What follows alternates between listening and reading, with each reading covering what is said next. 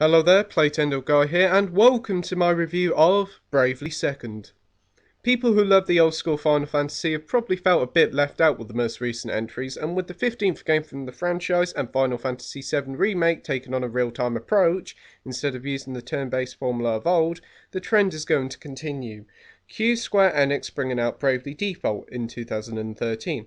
A refreshing take on the old school RPG genre, mixing old school Final Fantasy tropes with a few modern touches. It turned out to be one of the best RPGs on the handheld, and little over 2 years later, the sequel is here. But can it live up to the original? Let's find out. The game opens up with a quick recap on what happened in the last game to get you up to speed with the sequel. So if you plan on playing the first game, complete that before playing this to avoid any spoilers. The tale revolves around Agnes, the hero of the first game, near in peace with the states and the land. But at the signing ceremony, the whole peace treaty goes tits up, with a brilliantly named villain called Kaiser Oblivion bursting in, kidnapping her and leaving her bodyguard, Yu, for dead. Upon waking up, you take up the role as Yu, as he sets out on a journey to rescue Agnes. The journey that follows is a memorable one thanks to the great script which gives each character a huge amount of personality, mainly thanks to the amount of jokes and the way the game handles the returning cast. Though some people may be put off by the jokes as they're quite corny, but I liked them.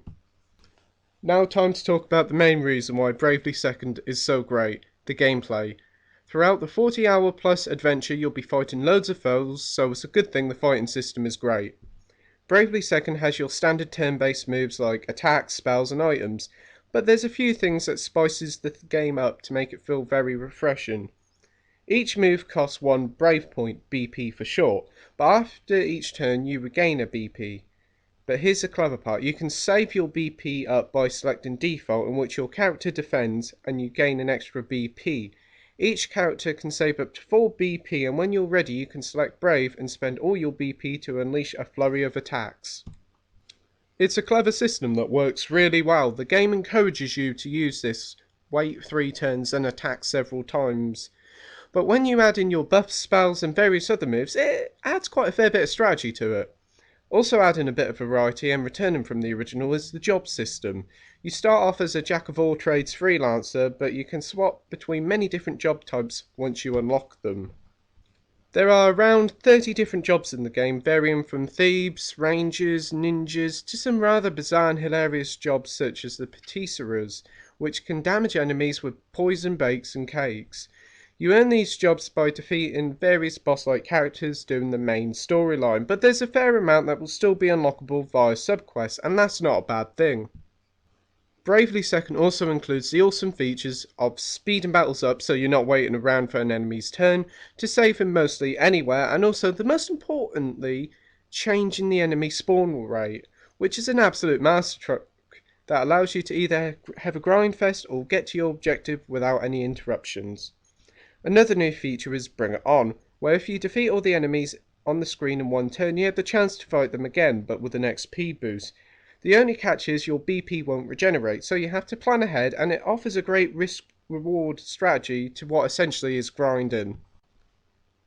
Bravely Second also uses a good lot of the 3DS capabilities. There is a moon base that needs fixing, so by using the Street Pass capabilities, you find workers to fix the base.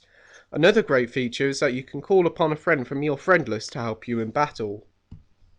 There is also bizarrely microtransactions. Returning from the original, these microtransactions allow you to buy these potions that pauses time and allow you to strike the enemy without using your turn or brave points.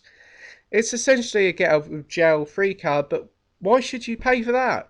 You can earn these potions by playing for 8 hours, but thankfully you don't need to use them to fully enjoy the game. If it's getting too hard for you, lower the difficulty. Don't buy these silly options.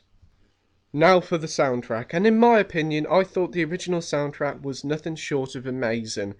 And while this one is still good, it doesn't reach the highs of the originals. But kudos to them sound people, because every single track in this game is new.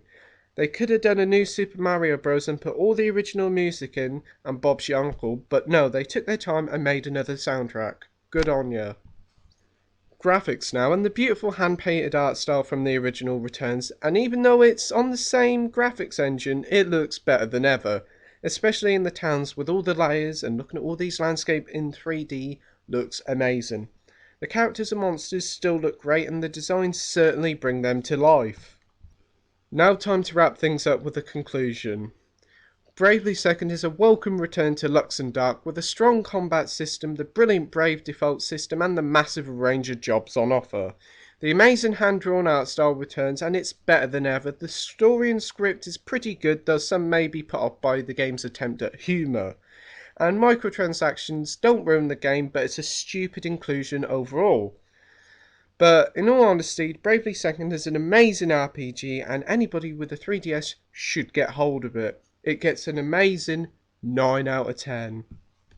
I hope you enjoyed this review. Like, rate, comment, and thank you for watching. Bye.